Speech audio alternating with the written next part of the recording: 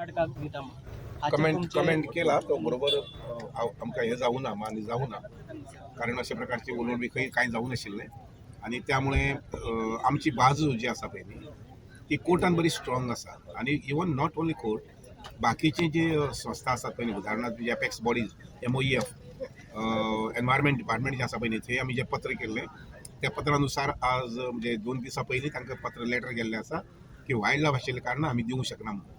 तुम्ही सेंट्रल गव्हर्नमेंटाक किंवा अमित शहाकडे अशा पद्धतीचे विचार तुम्ही मांडलेले हय आहेत. मांडिल्ले आमी जेन्ना 7 जाण गेल्ले त्या वेळार अमित शाह साहेब कडेन आमी उलयल्ले तांकां सांगिल्लें अशें अशें आसा गोंयांत खूब त्रासदायक जातलें पण सर त्यांचे तांणी म्हटलें आयकात तांणी म्हटलें आमकां की काय भिवपाची गरज ना आमी सांबाळून घेता अशें दोनूय स्टेटी आमच्योच आसात कर्नाटकाय आमचे आसा आनी एक गोंय आमचें आसा आमी सांबाळून घेता अशें म्हटलें तांणी. पण सर त्यांनी ग्रीन सिग्नल दिलेले असतात सर कर्नाटकात.